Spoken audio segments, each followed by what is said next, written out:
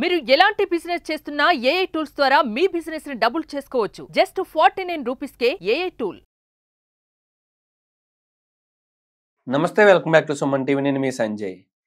అసలు విద్యార్థులు అంటే ఇక్కడ మనం చూసుకుంటే ఎవరీ ఇన్స్టిట్యూట్లో కానీ, ఎవరీ కాలేజ్లో కానీ, స్కూల్లో కానీ పిల్లలపై ఎక్కువ ప్రభావం చూపించేది ఎవరైనా ఉన్నారంటే టీచర్స్ మాత్రమే. అది చదివించడానికి కానీ అంటే ఏ విధంగా అంటే వాళ్ళ ఫ్యూచర్లో బాగుపడాలంటే వాళ్ళకి ప్రెజర్ పెట్టాలన్న స్టేట్లో కొంతమంది ఉన్నారు. కొంతమంది మంచిగా పద్ధతిగా వాళ్ళకి అర్థమయ్యే విధానంగా చెప్పేవాళ్ళు ఉన్నారు. అసలు పిల్లల్ని పెంచే విధానం గురించి చాలా మాట్లాడుకున్నాం.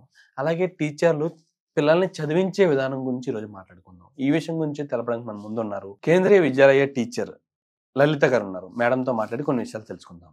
నమస్తే మ్యామ్. నమస్తే సంజయ్. మ్యామ్, ఇక్కడ బయట చూసుకుంటే సూసైడ్స్ అనేవి ఎక్కువైపోతున్నాయి. ఎక్కువగా చూసుకుంటే పిల్లల విషయంలో సూసైడ్స్ అనేవి చాలా సందర్భాల్లో జరుగుతున్నాయి. కానీ ఇక్కడ ఎక్కువ స్టూడెంట్స్ విషయంలో సూసైడ్స్ ఎందుకు జరుగుతున్నాయి? అసలు ఇక్కడ మేజర్గా అర్థమవుతుంది. అసలు టీచర్స్ అండ్ వాళ్ళ విద్యా విధానంలో మార్పుల వల్ల వాళ్ళు ప్రెజర్ ఎక్కువయ్యి చదవగలిగే వాళ్ళు కూడా చదవలేని పరిస్థితుల్లో సూసైడ్ చేసుకుంటూ ఉంటున్నారు. అసలు చదువు చెప్పే విధానం ఏంటంటారు? ఇక్కడ చూసుకుంటే విద్యార్థులపై టీచర్ల ప్రభావం చాలా కనిపిస్తుంటుంది. విద్యార్థులపై టీచర్ల ప్రభావం ఏ విధంగా ఉండాలంటారు? అసలు విద్య నేర్పించే విధానం ఏంటంటారు? గురుభ్యో నమః. మాతృదేవోభవ, పితృదేవోభవ, ఆచార్య దేవోభవ. అంటే విద్యార్థుల యొక్క జీవితాన్ని తీర్చిదిద్దడంలో తల్లిదండ్రులతో పాటు ఉపాధ్యాయుని యొక్క కీలక పాత్ర ఈ పదంలోనే మనకు అర్థమవుతుంది. అయితే వాళ్ళ జ్ఞానాన్ని బోధించడంతో పాటు వాళ్ళ సృజనాత్మకత, వాళ్ళ యొక్క సామాజికంగా వాళ్ళ ఎదుగుదల,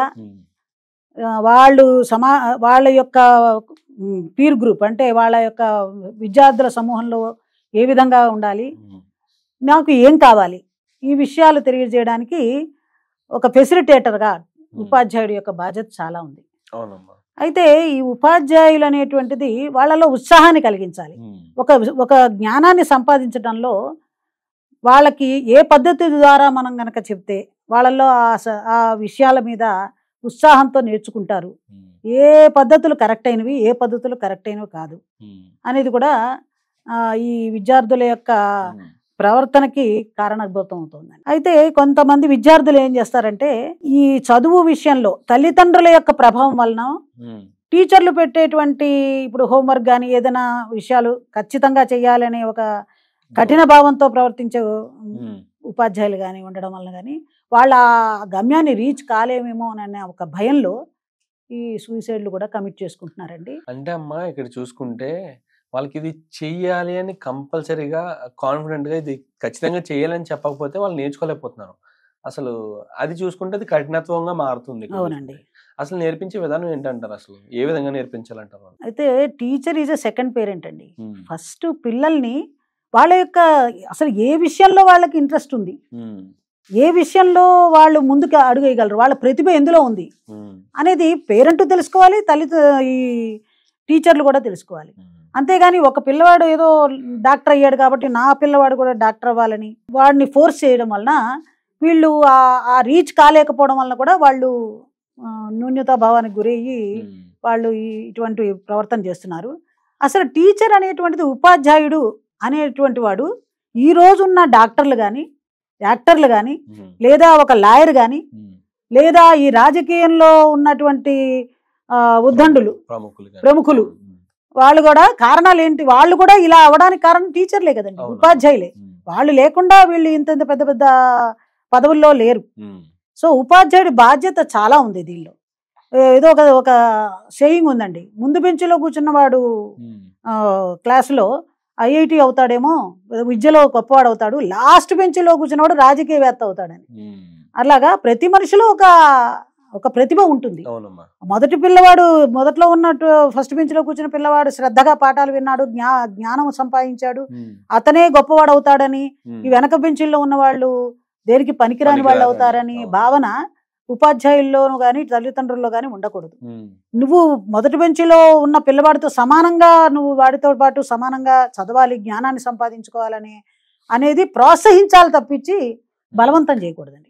బలవంతం చేస్తే వాళ్ళకు ఒక కెపాసిటీ ఉంటుంది, వాళ్ళకు ఒక ఐక్యూ లెవెల్స్ ఉంటాయి. ఆ లెవెల్కి వాళ్ళు రీచ్ అవ్వలేక తల్లిదండ్రులకి నేను సంతోషపెట్టలేకపోయానని, టీచర్ల యొక్క ఎక్స్పెక్టేషన్ నేను రీచ్ అవ్వలేకపోయానని కూడా వీళ్ళు ఇటువంటి పరిస్థితులు తెచ్చుకుంటున్నారండి. అదే అమ్మా, ఇక్కడ మరి ఎలా అంటారు అసలు విధానం అనేది ఏ విధంగా? ఇప్పుడు ఇప్పుడు చూసుకుంటే పిల్లలు మొండిగానే తయారయ్యారు ఎవరు చూసుకున్నా. అవునండి. కానీ ఆ పిల్లలకి ఆ మొండిగా తయారైన పిల్లలకి విద్య నేర్పించాలంటేనే మొండిగా ఉండాల్సి వస్తుంది. ఆ మొండితనం అనేది వాళ్ళకే ఎఫెక్ట్ అవుతుంది పిల్లల విషయంలో. అవునండి. అసలు మేజర్గా నేర్పించే విధానంలో ఇప్పుడు స్టేజెస్ చూసుకుంటే వాళ్ళ స్కూల్ స్టేజ్ ఉంటుంది, ఎలిమెంటరీ స్కూల్ స్టేజ్ ఉంటుంది, అండ్ కాలేజ్, తర్వాత గ్రాడ్యుయేషన్, వాళ్ళ విధంగా ఉంటాయి. అసలు మధ్యలో చిన్న అంటే స్కూల్ స్టేజ్లోనే వాళ్ళకి మొండిగా చదువు నేర్పించి ఇప్పుడు ఇంటర్మీడియట్కి వచ్చాక ప్రేమగా వాళ్ళకి అర్థమయ్యే విధంగా స్పోర్టివ్గా నేర్పిద్దామంటే వాళ్ళు వినరు. అసలు నేర్పించే విధానంలో మార్పులు ఎక్కడి నుంచి మొదలవ్వాలంటారు అసలు? అయితే ఏంటంటే ఈ మధ్య మనకి ఒక చిన్న ఎగ్జాంపుల్ ఇస్తానండి. కరోనా వచ్చింది. ఈ కరోనా టైంలో ప్రతి వాళ్ళు కూడా బయటికి అంటే స్కూళ్ళకు కూడా ఉపాధ్యాయుల దగ్గరికి పంపడానికి కూడా భయపడ్డారు. ఆ టైముల్లో వాళ్ళకి వీడియోల ద్వారా లేదా కంప్యూటర్ల ద్వారా కదా చదువు చెప్పారు. ఆ చదువు వాళ్ళకి ఎక్కిందో లేదో నాకు తెలియదు. చాలా మంది పిల్లలు ఈ వీడియోలు ఈ సెల్ ఫోన్లు తీసుకుని చదువుతున్నారో తెలీదు, వాళ్ళు వేరే విషయాలు అవగాహన చేసుకుంటున్నారో తల్లిదండ్రులు గమనించలేదు. అయితే ఒక్కటి మాత్రం నిజం, ఉపాధ్యాయుల్ని ఈ కంప్యూటర్లు కానీ ఈ విధమైన టెక్నాలజీ కానీ రీప్లేస్ చేయలేకపోయింది. ఉపాధ్యాయుని యొక్క బాధ్యత ఏంటంటే అదొక యజ్ఞం అండి. ఉపాధ్యాయుడు అంటే ఏ పని దొరకలేదు కాబట్టి నేను టీచర్ని అయ్యాను, అది కరెక్ట్ కాదు. వాళ్ళకి ఇప్పుడు జ్ఞానం అందరికీ ఉంటుంది. బీఎస్సీ చదువుకున్న వాళ్ళకి జ్ఞానం ఉంటుంది, బిఏ చదివిన జ్ఞానం ఉంటుంది. జ్ఞానం అనేది ఒక ఏజ్ తర్వాత పెరుగుతూనే ఉంటుంది. కానీ వాళ్ళని ఏ విధంగా మలచాలి అనే దానికి ఒక శిక్షణ ఉందండి. అదే బిఎడ్ అని ఇలా శిక్షణ ఉంది. ఆ శిక్షణ లేకుండా చాలా ప్రైవేట్ సంస్థల్లో MA చేశాడనో MSc చేశాడనో తీసుకుంటున్నారు. వాళ్ళకి ఆ శిక్షణ పద్ధతి తెలియడం లేదు, ఏ విధమైన పద్ధతిలో పిల్లలతో ప్రవర్తించాలి అది తెలియక వాళ్ళ మీద ఆ జ్ఞానాన్ని రుద్దడం వలన వాళ్ళల్లో ఒక భయం అనేది పట్టుకుంది. ఆ సబ్జెక్ట్ మీద భయం ఏర్పడుతోంది తప్పించి అవగాహన మాత్రం కలగడం లేదు. చెప్పే విధానాల్లో నైపుణ్యత ఉండాలి. ఎప్పటికప్పుడు ఉన్న టెక్నాలజీని నేర్చుకోవడం.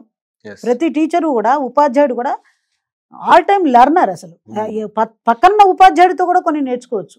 పిల్లల దగ్గర నుంచి కూడా కొన్నిసార్లు నేర్చుకుంటూ ఉంటాం. ఈ నేర్చుకోవాలనే గుణం, వాళ్ళు చెప్పే విషయాల్ని వాడు ఏం చెప్తున్నాడు అని వినేటువంటి ఓపిక ఉండాలి, ప్రేమతత్వం ఉండాలి.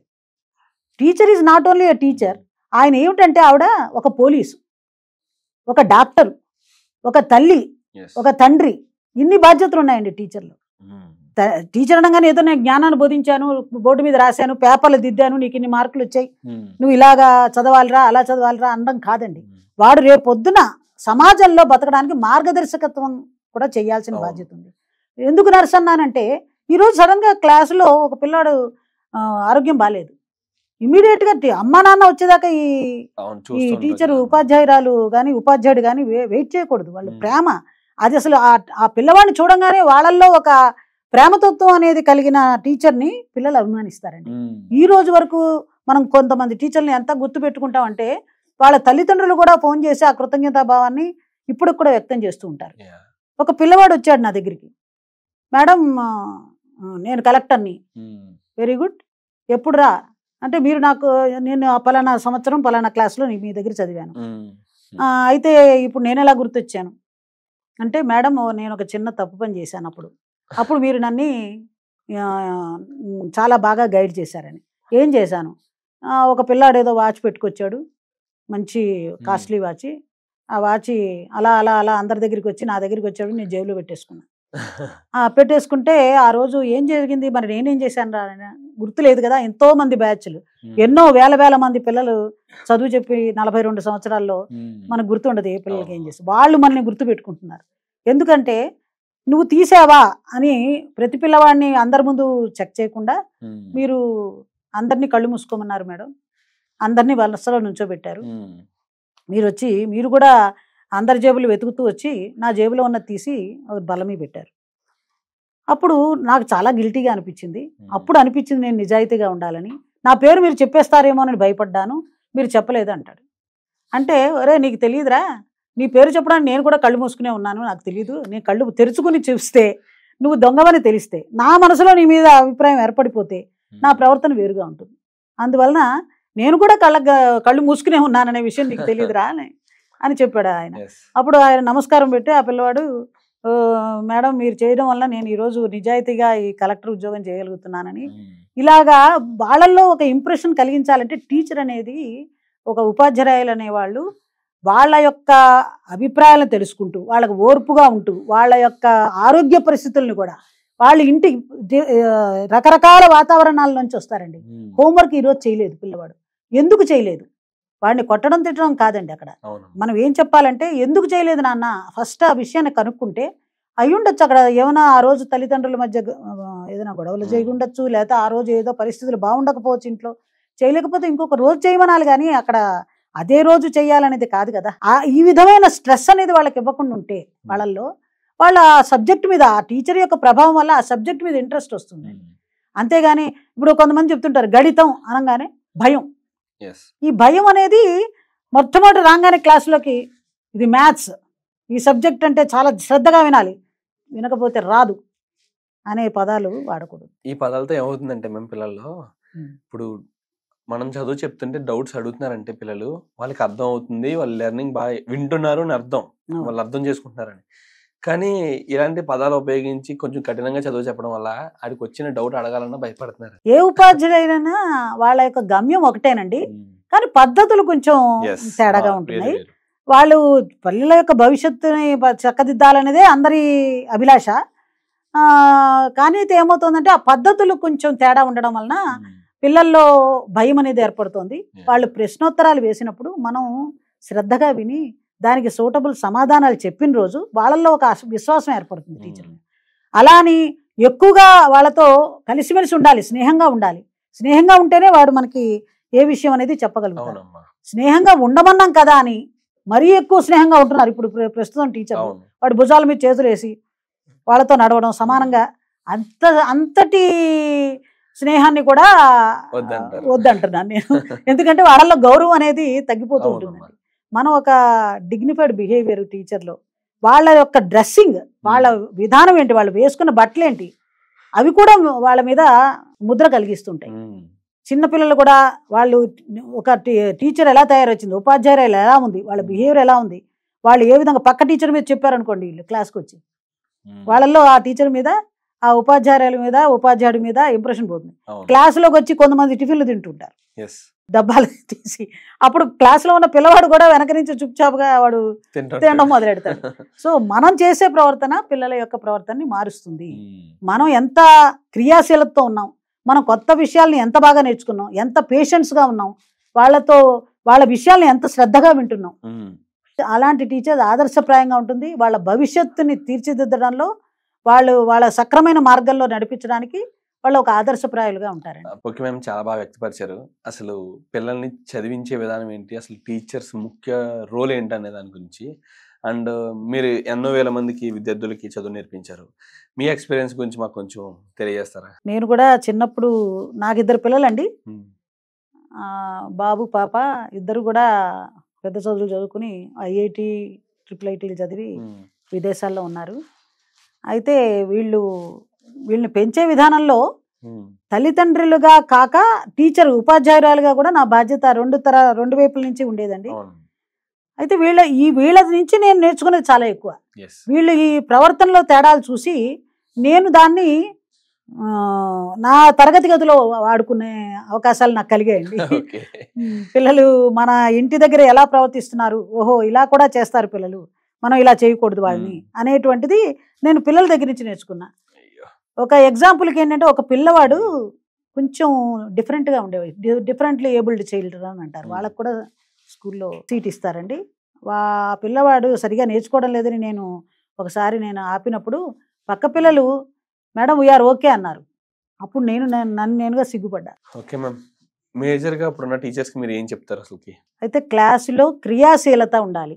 ఏ వర్క్నైనా మనం నేర్పించేటప్పుడు కొత్త రకం మెథడ్స్ ఎప్పటికీ నేర్చుకుంటూ ఉండాలి. ఒక ఉపాధ్యాయులు నేను ఏదో డిగ్రీ చేసేసాను, నాది పని అయిపోయిందని కాదు, కొత్త కొత్త పద్ధతుల ద్వారా ఏ విధంగా వాళ్ళకి ఈజీ వేలో నేర్పచ్చు అనేది ఒకటి. అసలు పిల్లలతో బయాస్గా ఉండకూడదు. ఒక టీచర్ వచ్చిందంటే వాళ్ళు ముందే చెప్పేస్తారు, మేడం మీరు పలానా పిల్లాడంటే మీకు చాలా ఇష్టం అని. ఆ భావాన్ని వాళ్ళలో కలిగించకుండా ఉండాలి. తల్లిదండ్రులతో కూడా వీళ్ళతో ర్యాపోలో ఉండాలి. వాళ్ళతోటి మనం కలిసిమెలిసి ఉండి వాళ్ళతోటి మనం వాళ్ళ అభిప్రాయాలు వాళ్ళకి చెప్పడం, వాళ్ళ అభిప్రాయాలు మనం తెలుసుకోవడం అనేది ఉండాలి. ఎనీ టైం వాళ్ళకి అవైలబుల్గా ఉండాలి. ఇప్పుడు ఒక పిల్లవాడు ఏదైనా క్వశ్చన్ వేయాలంటే స్కూలు తరగతి గది మాత్రమే కాదు, ఇంటి దగ్గర ఉన్నప్పుడు కూడా నేను నా నెంబర్ ఇచ్చి మీకు ఏమైనా ఒక ప్రశ్నలు ఉంటే రాత్రి 10 అయినా 11 అయినా ఆ మెసేజ్ రాగానే లేచి మనం వాటికి సమాధానం చెప్పగల స్థితిలో ఉండాలి. అంతేకాకుండా వాళ్ళ మీద ప్రేమభావాన్ని ఒక్కొక్కసారి పోలీసుగా, కొన్నిసార్లు క్రమశిక్షణ పెట్టడంలో పోలీసు కూడా అవ్వచ్చండి, కానీ అలా అని బాధమని కాదు. వాళ్ళని కొంచెం కఠినమైన పదాలు ఉపయోగించి వాళ్ళ బాధ్యత వాళ్ళని యొక్క బాగు చేయడం గురించి మనం కొన్నిసార్లు వాడవలసి వస్తుంది, కానీ వాళ్ళ ప్రయోజనం కోసమే వాడాలి. అది పేషెన్స్ ఉండాలి, ఎంపతి ఉండాలండి వాళ్ళ మీద. వాళ్ళ యొక్క మార్గదర్శకానికి సరైన దారిని చూపించాలి. ఇప్పుడు ప్లేవే మెథడ్స్ చాలా ఉంటున్నాయండి. మనం పాఠం చెప్పేటప్పుడు కానీ వాడికి నేర్పే విధానంలో కానీ మంచి మంచి విధానాలు చాలా వస్తున్నాయి. ఆ కొత్త విధానాలని నేర్చుకుంటూ వాళ్ళని మంచి టీచర్లుగా, మార్గదర్శకులుగా, వాళ్ళ యొక్క ప్రగతిని, వాళ్ళ యొక్క భవిష్యత్తుని తీర్చిదిద్దే రోల్ మోడల్స్గా ఉండాలని నేను ప్రతి టీచర్ని ప్రార్థిస్తాను. మీరు చెప్పిన దాన్ని బట్టి చూసుకుంటే టీచర్ అనేవాళ్ళు న్యూట్రల్గా ఉండాలి. పిల్లలు తప్పు చేస్తే టీచర్ చూసి భయపడాలి. చదువు విషయంలో దగ్గరికి వచ్చి డౌట్స్ అడిగేలా ఉండాలి. అవునండి. మొత్తం మీద ప్రతి ఒక్కరికి టీచర్ అనేవాళ్ళు సమానంగా ఉండాలి. క్లాస్లో ప్రతి ఒక్కరికి అవునండి ఒకే భావంతో ఉండాలి, ప్రేమగా ఉండాలి. తల్లిదండ్రులతో ఎంత దగ్గరతనం ఉందో టీచర్తో కూడా అంతే దగ్గరతనం, అవైలబుల్ గా కూడా ఉండాలి. ఉండాలి. Thank you ma'am, thank you very much. నమస్తే అండి.